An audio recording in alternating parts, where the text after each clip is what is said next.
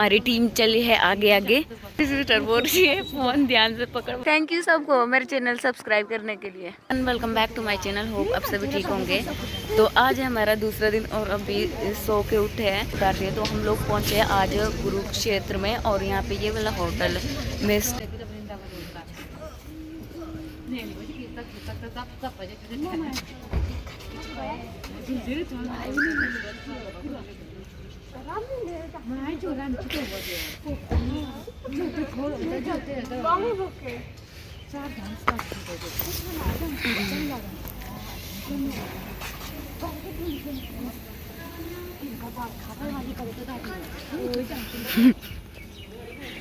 हाँ जी सर जी कैसा लग रहा है?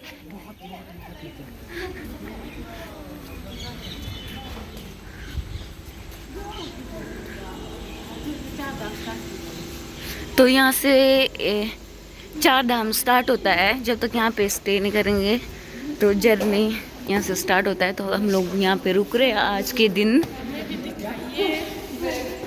हमारे ही क्या बोलना नेक्स्ट ही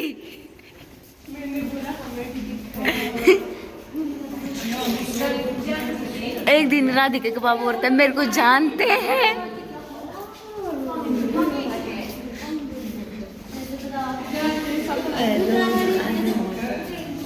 आप लोग कहाँ जा रहे हैं?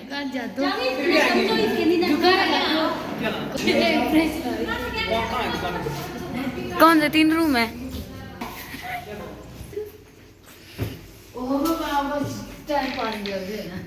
तो हमारे लिए रूम अवेलेबल इस तरह के यहाँ पे। कैसे लग रहा है? कमला को पहुँच गए। कैसे लग रहा है? कैसे लग रहा है?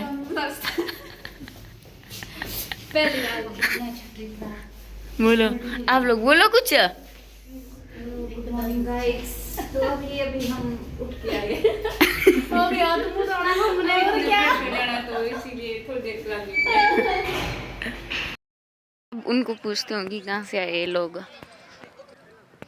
कहाँ से आए लोग?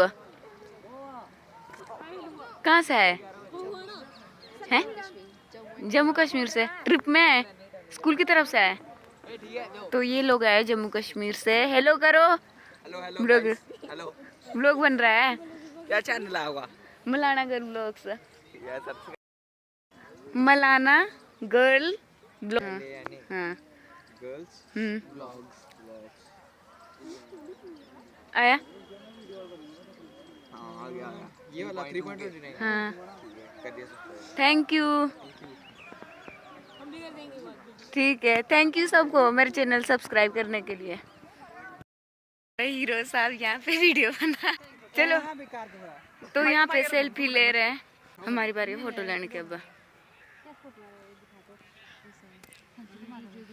इसमें काम ना नहीं हो सड़े मोबाइल से कुछ नहीं होता है बनेगा थोड़ा बहुत ऐसे।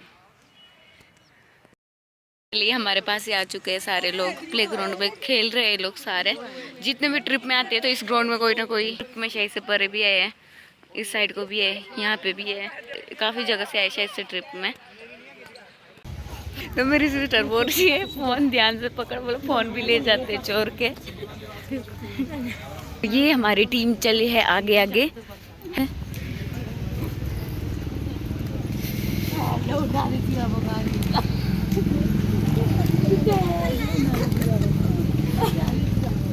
तो यहाँ पे सारे हाथ धो के जा रहे हैं अंदर। इसके अंदर एंटर हो रहा है। हैंड वॉश करके जा रहे हैं सारे के सारे लोग।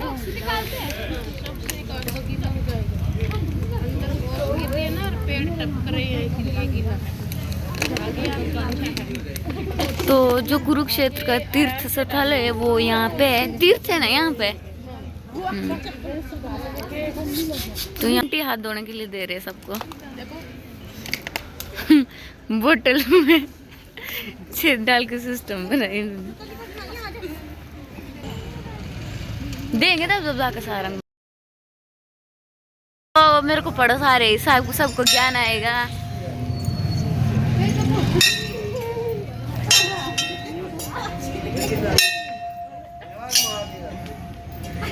Jangan lah kan, gue duduk kurang dah.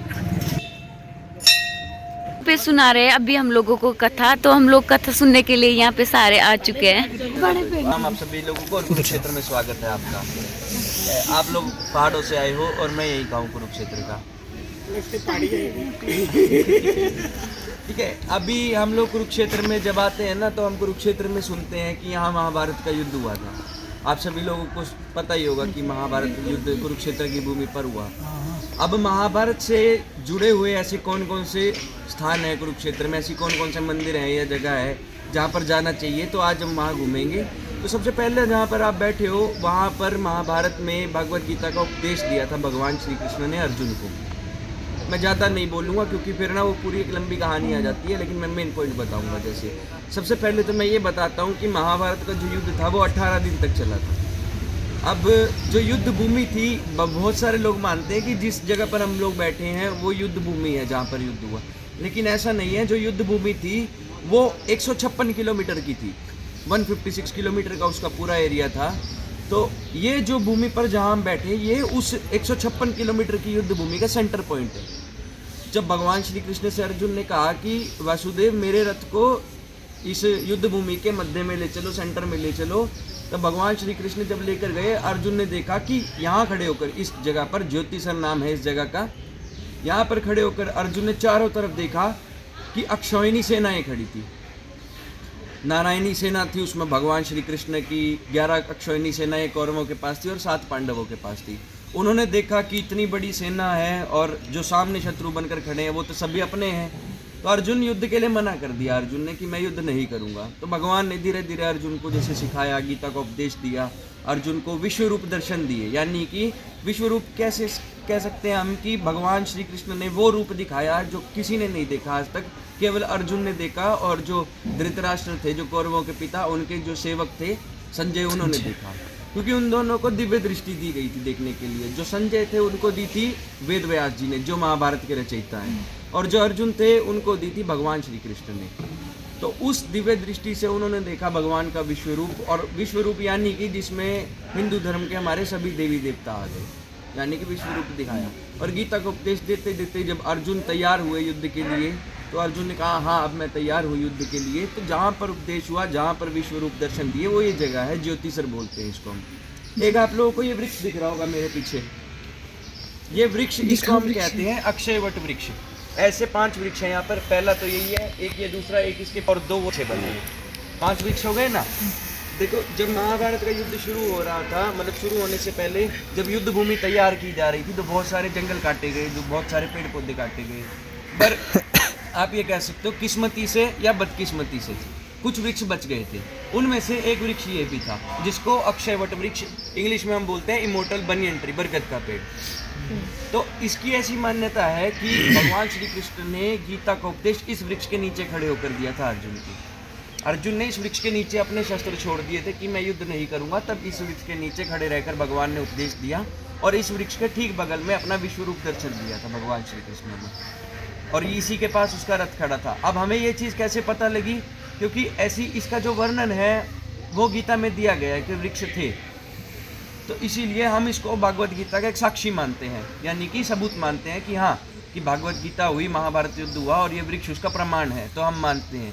बहुत सारे ग्रंथ हैं उसमें लिखा गया है, ऐसी मान्यता मानी गई है। हमारे जो लोग हैं कुरुक्षेत्र के, वो ऐसा मानते हैं कि इस वृक्ष की अगर कोई परिक्रमा कर ले मनुष्य, प्रदक्षिणा कर ले, चक्कर काटे, तो उस मनुष्य की मांगी हुई इच्छा बहुत जल्दी पूर्ण हो जाती है। इस वृक्ष की परिक्रमा करते हुए अगर कोई इच्छा मांगता है तो बहुत जल्दी पूर्ण हो जाती है।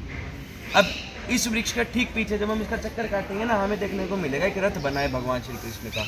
वो रथ ठीक उसी जगह पर बनाया गया है जहाँ पर भगवान श्री कृष्ण का रथ महाभारत के युद्ध में खड़ा था। वो किसने बनाया? हमारे एक साउथ में एक पीठ है, पाठशाला है, उसका नाम है कांची कामकोटी पीठम। तो उसके गुरु थे, आज से लगभग काफ़ी, मतलब कुछ अंदाज़ा नहीं लगा सकता मैं, बहुत साल पहले, जब हम लोग थे भी नहीं, पैदा भी नहीं हुए थे, उससे भी काफ़ी साल पहले। उनका नाम था H.H. शंकराचार्य। तो उन्होंने इसका निर्माण करवाया था यहाँ पर, जब ये मंदिर बन रहा था तब निर्माण करवाया था उस रथ का। तो वो इसलिए कराया गया ताकि हम अंदाज़ा लगा सकते हैं, अनुमान लगा सकते हैं कि कहाँ पर रथ खड़ा था। अब हम उसके पास अपना फ़ोटो खींचेंगे, उस रथ का भी चक्कर काटेंगे। फिर उसके बाद जब हम धीरे धीरे मंदिर में आगे बढ़ेंगे, आगे जाएंगे दर्शन करने के लिए, तो हमने जैसे बताया विश्व रूप दिखाया भगवान ने, तो यहाँ एक 36 फीट का ऊंचा बनाया गया है भगवान श्री कृष्ण का, जो 8 धातुओं से मिलकर बना है। अष्ट धातु बोलते हैं जिसको हम, अष्ट धातुओं से मिलकर वो बना है। उसके हम दर्शन करेंगे, उसके पास फोटो करेंगे। वो इसीलिए बनाया गया है, वो यहाँ पर एक 3 साल पहले ही लाया गया बनाकर। तो वो यहाँ इसलिए बनाया गया कि हम विश्व रूप की बात तो करते हैं, लेकिन विश्व रूप कैसा दिखता है वो नहीं पता हमें, तो कैसा दिखता होगा आइडिया लगाने के लिए वो बनाया गया है। तो हम उसके पास दर्शन भी करेंगे, फोटो भी खींचेंगे। उसके बाद जब वापस आएंगे इधर की तरफ घूमते हुए, वापस आते हैं, हमें पीछे हमारे श्री कृष्ण और अर्जुन के बीच में संवाद चल रहा है, धृतराष्ट्र और संजय के बीच में संवाद चल रहा है, पितामह भीष्म और भीम के बीच में संवाद चल रहा है। और मंदिर हैं जैसे कि गीता माता का मंदिर हो गया, सरस्वती माता मंदिर हो गया, और अपना राम भक्त हनुमान का, श्री कृष्ण का, भोलेनाथ का, तो वो मंदिर भी हम लोग देखेंगे। राधा कृष्ण का हो गया, वो उसको हम बोलते हैं महाभारत सेक्शन, महाभारत गैलरी बोलते हैं उसको हम, वो हम लोग देखेंगे। और एक और चीज़ मैं बताता हूँ, ये आपने भी पानी देखा होगा, पानी का वो बना हो, इसको हम बोलते हैं कुंड। पानी का एक कुंड बना है। नॉर्मली पहाड़ में क्या होती है, लेक होती है, तो हमारे यहाँ कुंड होते हैं, हम इनको सरोवर बोलते हैं वैसे। तो इस सरोवर का नाम है ज्योतिसर कुंड।